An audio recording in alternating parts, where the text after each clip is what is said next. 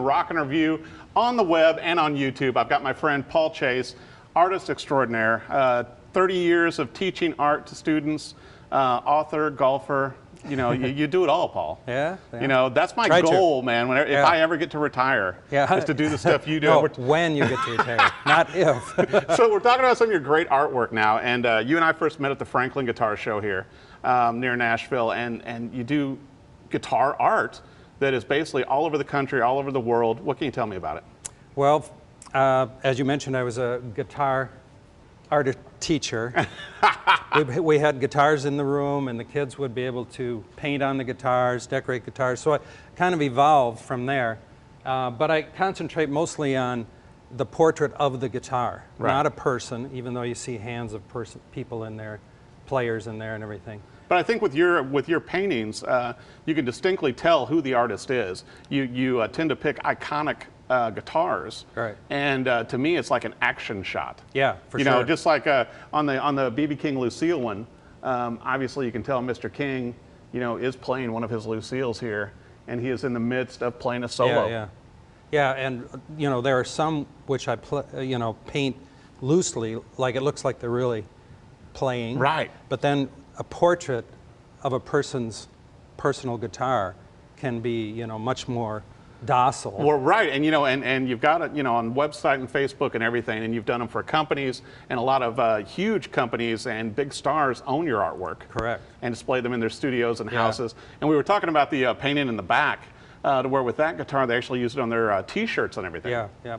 That's amazing. And then you know what surprised me also, Paul? You know, being around art all of my life, and I've always thought of guitars as artwork anyway. Yeah. That you only started doing the sculptures like less than a year ago. Exactly. I, you know, kind of had a little revelation, if I may just hold this, because like Eric, I like to just hold on to a little guitar while we're talking. I had the opportunity, I just got turned on to sculpture, and so I proposed a show here in Nashville at the Millennium Hotel because they have a lot of my artwork. And I said, hey, how about I bring 30 or 40 pieces of guitar-related art? They said, we'd love to have it. We'll promote you. We'll have a big show and everything. So it's been up there all summer long and continues through September. Wow. There's 30 or 40, 50 pieces there. So. And you've had pieces in the Country Music Hall of Fame as well. I have, yes. You know, and we were talking about your Erector set one, to where, you know, I think so many of us grew up, you know, playing with those Erector sets, and you took that to the next level by creating a guitar out of it. Yeah, that's true. I got a good story about that. My son, who's also an artist, but when he was smaller, younger, you know, he came up to me one day and he said, Dad, when I grow up, I want to be like you. And I said, you can't do both. There we have it. So I have never grown up. Right. Well, I think that's awesome. And I mean, you know, you've taken the guitar and it was already artwork, but you've really done more artwork with it. Yeah. And even with the stained glass piece that we have back here, I mean, how beautiful. I mean, leaded stained glass. And I know from friends that do a lot of glass work, that's not easy, Paul. Yeah. Well, here's the other dangerous thing about being an art teacher is you have to teach everything. You know, you got to teach leaded glass, pottery, everything else. So I had all this background of that.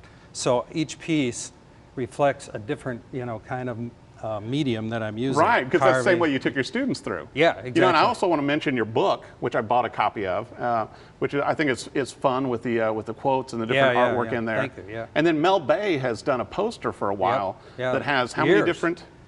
It's got 20 different painting images on there. Yeah, I'm gonna have they've sold those all over the world too. You know? Wow.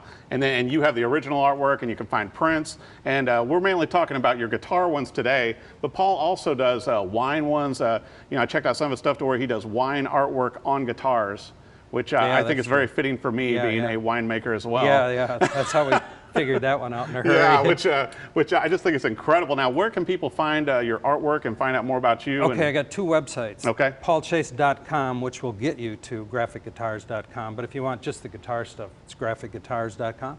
Be sure and check it out. You know, I think these are great gifts, whether you're buying one of the paintings or sculptures for someone else or for yourself. And I know I've certainly enjoyed having some of Paul's art around my office. and plan to have more. And so it's just, it's very enjoyable the way you've really done the artwork, Paul, and you feel like you're a part of it, yes. and you can see the music in the artwork. That was what I was shooting for. I'm glad you said that. Well, thank you, and be sure and check out Paul Chase and his guitar graphics. GraphicGuitars.com. Graphic Guitars, I was so close. But it's close. GraphicGuitars.com, and you can find him on Facebook and the web. Thanks for watching The Rockin' Review.